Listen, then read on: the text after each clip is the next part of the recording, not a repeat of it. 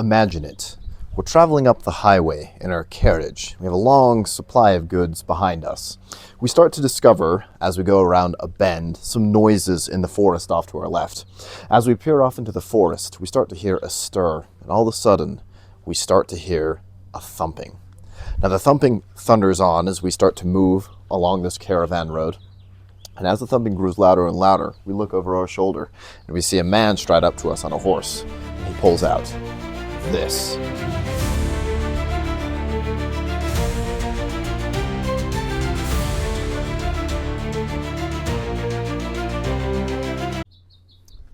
Welcome everyone back to the channel. Today we're going to be discussing the Valiant Armory Harwich or Harwich. It really depends on either if you're talking to Sonny or Zach about how to pronounce it.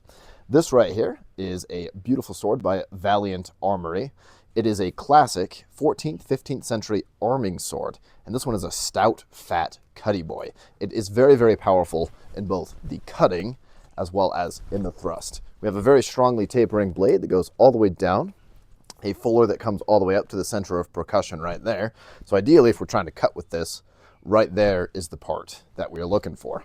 Now, this type of a blade, in my mind, was carried by somebody that is most likely not going to be fighting opponents in armor. We can tell that just because the blade is fat and thin, meaning it's meant to be a very much of a peasant cleaving weapon. So if I am a bandit approaching on the road, this sword would be amazing to fight off some lightly armed caravaneers. Now this, with all of Valiant's repertoire, comes with an absolutely beautiful scabbard. So this right here is the Valiant Armory Harwich. Comes with a beautiful scabbard assembly, assembled in a very classic 13th century style with an integrated sword belt right there. Now this sword is actually one that I got to match this outfit that I'm wearing. I took off my super fancy undershirt for this one, so I look more like a bandit wandering around. I got my brace on, I got my lovely hood on that can be turned up into a chaperone if we need to, and that lovely tail behind is a very classic medieval look. So this sword is suited very much for this time period that we're very familiar with in HEMA. The sword sits in the scabbard lovely. I can pull it out with one hand, no issue at all. The scabbard is made out of actual leather, and it is an absolutely beautiful addition to my collection. So let's go ahead and talk about this sword specifically. So this sword specifically comes from a time where most soldiers are not going to be wearing a whole ton of armor. So that is why we can get away with a much fatter, more cutting blade. At this time period, many soldiers are carrying a spear and a shield. This is kind of a classic Norse or 10th, 11th, 12th, 13th century round shield. Mine has been reinforced with steel off the top, so if somebody decides to cut me in it, it's not going to ruin my shield. Very uncommon in period. And this is just a sparring spearhead on the end of this. So soldiers standing in line, not being horrifically well trained. A lot of it is literally just standing there in the shield wall and trying to spear your opponent over the top. So a sword like this is very much a backup weapon. A lot of soldiers at this time period would probably not even have a sword of this type. Having a smaller dagger was more common, or even just things like a hatchet if they were particularly low status. So this is a relatively high status weapon, a sword. It's made comparisons back in the day that buying a sword like this would be like buying a car nowadays. If I am a typical bandit, the only way that I'm going to get a hold of one of these is if I've taken it off some nobleman, some much wealthier person, or if I've saved up for a long time or my father passed it down to me. So this sword is very, very much uncommon for somebody like me to be carrying if I am peasant status. The sword, however, is an amazing option, especially if we are fighting in close, stabbing, trying to get around our opponents, doing whatever we can. Now we have been fighting with the spear. Let's say our spear gets knocked aside, or perhaps the spearhead gets shot off. I can bring the shield up to cover my head, and here, because the sword is so small, I can pull it out beneath my guard, and then I'm ready to fight again. Now this isn't going to be nearly as effective as that spear, but if I am in close and chasing people down, or I need some kind of an option to attack my opponent, definitely a great option. Most of the time, a sword like this wouldn't even be used with this shield type. So we saw about it a little bit in the introduction, This right here is a much more common type of shield that would have been used with a sword of this type. This is a all biological material except for the boss right there, which is very similar to the boss on our big Viking round shield right here. You can see they're kind of the same thing. So it's theorized that people training for that big round shield would be using shields like this to kind of get an idea of how to turn. So we can make some inferences about how these were used based on that. And there are plenty of buckler sources. I'm by no means an expert, but this type of a buckler was almost certainly used with a sword of this type. So sword and buckler, the most early source on it that we have is from the Tower Fecht book, or 133 in the Tower of London Library. It's a 13th century or it's a late 13th or early 14th century manual about how to fight with sword and buckler, which has been seen as a very low status weapon. There is one reference that Henry VIII's kid, who I believe was named Arthur, did well with sword and buckler, being trained by Italian masters. There's a documentary about it somewhere. You can find it if you want. But most of the time, this would be used by the peasant class. Now, why would this be used by the peasant class? So most of the time, if I am a peasant, I'm going to be doing other things with my hand. So a lot of bucklers came with a little loop right here. And this type of a sword with an integrated belt is perfect for sword and buckler.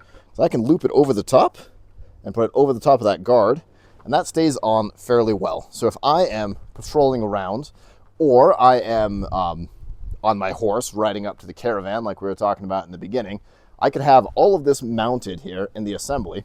But if I do get into combat, then I do have a good defensive option. There's a fairly versatile weapon that I can pull out and use it to fight against all kinds of weapons, being not potentially the greatest sword, or the greatest combination to fight with, but definitely a very versatile combo without carrying a lot of extra weight. So because the sword is so small and so lightweight, we can see that we have a versatility and a diversity of options to use it. These were carried alone on occasion. I wouldn't want to fight with just an arming sword, especially if something like a buckler is available for not too much extra weight. But this sword almost certainly could hold its own against a lot of other arming swords of the day. We do have our crossguard on there, so a lot of the techniques that we were talking about with longsword would work. They would just end up being a little bit different and a little bit less powerful. So this hand, almost certainly, if we're not going to be fighting with a buckler, is looking for opportunities to swat opponent's blades away, to grab my opponent and thrust in, do all kinds of things. So this sword could hold its own. I definitely wouldn't want to fight with just an arming sword alone if a second-hand option is available. So let's get a closer look at this sword specifically. I'll go ahead and lay it about here on my arm. We can see a very fine point. And this is mostly factory edge. I did sharpen it up a little bit. You can see that all of the metal in there, and see the streaks in the metal, which looks really, really nice. It's one of the ways that you can tell it's been forged properly. And you can see I've cleaned it up a little bit. There's some staining in there. One of the ways you can tell the sword is forged properly is if you can see that grain is all in alignment. We don't see any little black inclusions in there. Valiant Armory is really good about making sure that all of their swords are up to par for both cutting with and fighting with, although hopefully you'll never have to get into a sword fight of your own nowadays. We have a lovely crescent-shaped guard right here that flares out towards the end with these octagonal sections. And I've handled this sword a lot, so it's a little dirty. I apologize. When they come from the factory, they're bright and shiny. We have a cord-wrapped leather grip right there with a very, very solid seam that I can't even feel. Got lovely risers, so it makes a very firm hand grip. If your hand is slightly larger than mine, you may have some issues with the wheel pommel, but I have had no concerns holding this in a handshake grip, which is the more common way of holding it. Some people, perhaps if they were untrained or maybe fought in a different style than I'm used to, would hammer grip it. I feel like you lose a lot of your dynamic ability to fight with the sword doing that. So handshake grip up in there allows you to project your point forward without hyperextending your wrist in either direction, and lets you do much quicker snapping cuts to get in there. So working backwards through here, we have a lovely round pommel. These edges have been rounded off enough so they don't bite into your hand at all. If you do have like massive hands and you're gripping around there and you hit something solid, you might get a little bit of a burr, or not a burr, but a burn right there. Is possible. This right here, about 1.5 inches wide. The sword overall is just a little bit over 2.5 pounds at 33 inches long. So it is a short boy. It is a little bit longer, if you look down here, a little bit longer than my arm length A lot of arming swords would be even a little bit longer than this, 3 or 4 inches. But if I'm using this as my primary civilian backup weapon, a shorter sword is going to be a lot more convenient to carry and still gets the message across that I am not somebody to be messed with. And if I am carrying a sword,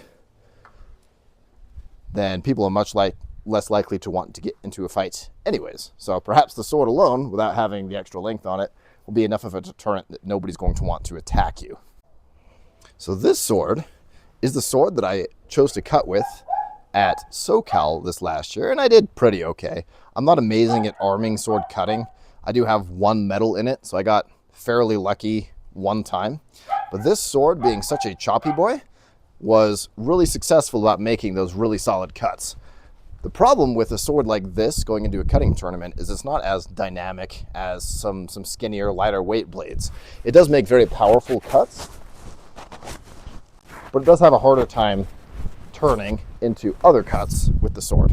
So if I'm making a follow-up cut on my opponent, and I have my buckler here, and I make my first cut into my opponent, perhaps it stops there and I can't engage in a thrust, it's going to be a lot harder to whip it around and cut down that other line. So this may not be the most dynamic sword, but if you can get that one solid hit in on your opponent, you don't really have to worry about that. A lot of the moves in sword and buckler as well is more about just making sure that your opponent's sword is out of the way. So saying I'm covering over the sword and I can launch that thrust in there. Or he comes down, I block under there and I cut up underneath his arm. If I can make that initial strike and then get out of the way and reposition, it won't be nearly as scary.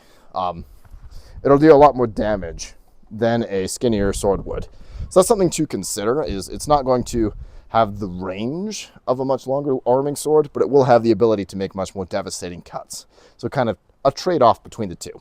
And a lot of lower status people usually would have just, one sidearm that tends to be a fairly choppy boy and then a dagger of some sort to use if for whatever reason they have to engage a higher status opponent that could be wearing mail armor or even later into the period brigandine and then plate. So definitely not a bad choice. Nowadays, when you're not going to be fighting anyone with a sword at all, hardly ever, unless something really bad happens at a tournament, swords like this are definitely not a horrible option. So I myself am a huge fan of this one particularly, mostly because it matches my beautiful gear. So you can see with my blue scabbard, let me see if I can get my buckler off here really quick. With my blue scabbard, my blue gear, it does look like it was kind of made to be with this. And that was kind of the idea when I first contacted Nate and he asked me about colors that I would appreciate. I tried to get it to go with a sword that I'd recently picked up from Valiant. So sword overall, I have zero problems with. I think it's an absolutely beautiful piece. They go through quite a bit of these. I think they sold 3 at the Combat Con where I bought this. It was one of the prize swords that they handed out as well. Whoop, that was almost really bad. One of the prize swords that they handed out as well. So definitely a higher status nowadays sword. See that lovely stamp from Valiant Armory right there. But yeah, I'd say go out and buy this sword. 10 out of 10, no problems with it. Everything's super solid. Center of percussion is right here, almost at the top of the fuller. It's short, fat, and stiff, so it's fairly easy and forgiving in the cut. No problems, 10 out of 10. Everyone should go buy this. So if you look here at my incredibly historically accurate reproduction of a head, you can see that we have the face right here. Now the sword is meant to do damage to the face. So we're going to test this sword specifically on the face.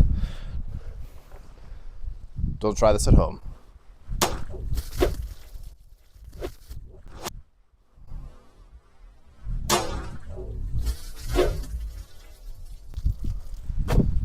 So as you can see, it is an absolutely supreme cutting sword. Well, thanks everyone for watching towards the end. The channel is getting a lot bigger, so I really appreciate all of the support. It allows us to bring you content like these videos and hopefully one day make this into a career where I can come visit more tournaments, we can come do more things, and it'll be a great time. Feel free to spend lots of money over at Bucked Up Energy Drinks. I've been drinking their products for a while, and their protein is great. They even have the little tiny ones if perhaps you're more used to things like a small sword over a more manly, more astute thing like an arming sword. So feel free to go ahead and browse their products. Every dollar spent goes directly to a good cause, me. So I would definitely not mind. This sword typically retails for around $1,200–1,300 with the scabbard, so it is a higher end piece. with that being said, it being a higher end piece, we have a higher quality standard that is demanded. 10 out of 10 still. Go spend money at Valiant Armory as well. I'm not sponsored by them. I just thought that I'd make a video about one of my favorite swords in my arsenal. But again, thank you for watching so much towards the end, and I look forward to seeing you guys on the next video. Go ahead and shoot me a message or comment down below if there's any specific techniques you'd like me to look at here in the future with sword and buckler, and I'd love to be able to make some more videos and bring content that's wonderful for you guys. So yeah, thanks for watching.